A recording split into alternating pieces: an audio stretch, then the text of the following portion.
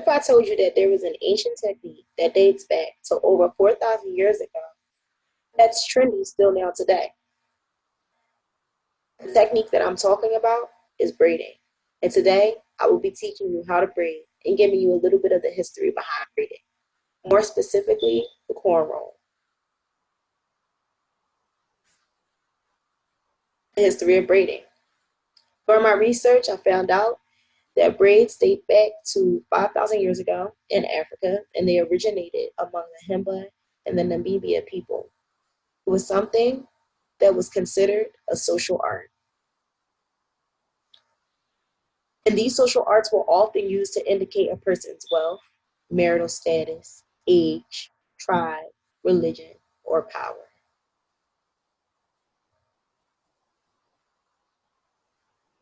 Braiding is a skill that is taught by being passed down from generation to generation.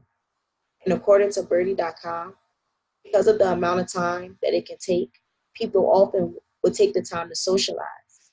It began with the elders, and then they began to braid their children, and then the children will watch and learn from them. Younger children would start practicing on each other and eventually learn the traditional styles.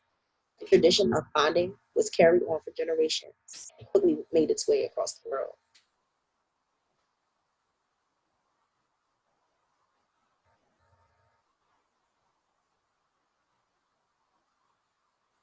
Because of the many styles and opportunities to be creative with the style, it became popular worldwide around the 1900s. Also, according to Birdie.com,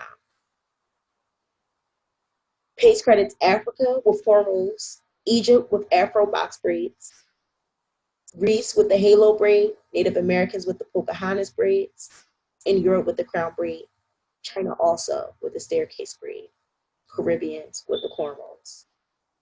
As you can see here, these are traditional Native American braids, also known as Pocahontas braids, and these are some Greek styles.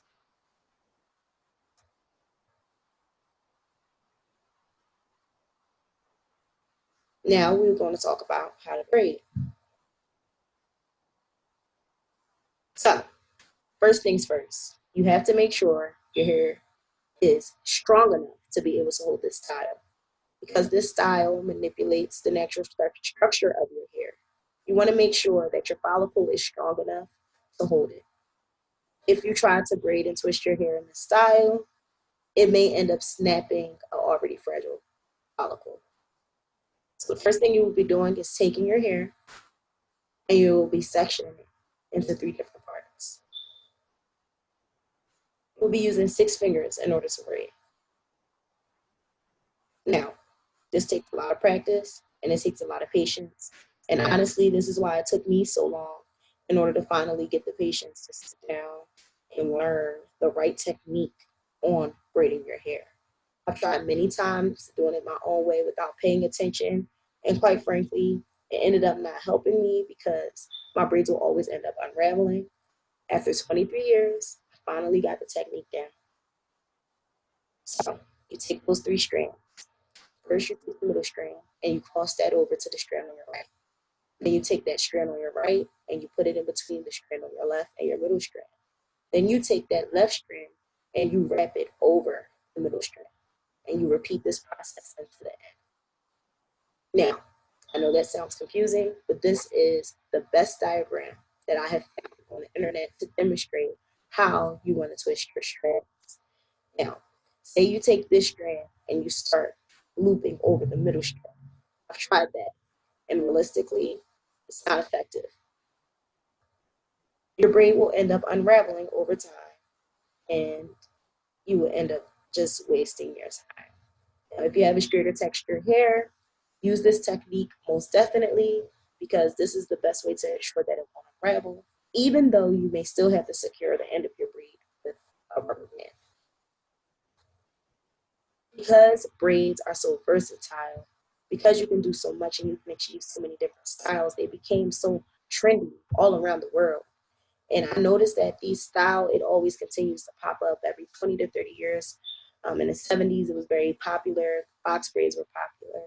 Then in the 90s, you had the box braids that became popular And then in 2009, around 2010, they're popular again, and now it's 2020, pretty much 2019, and we're wearing box braids again.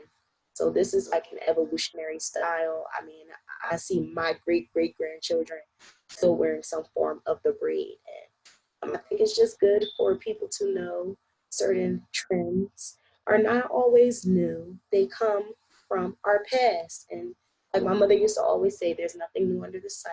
Everything is recycled."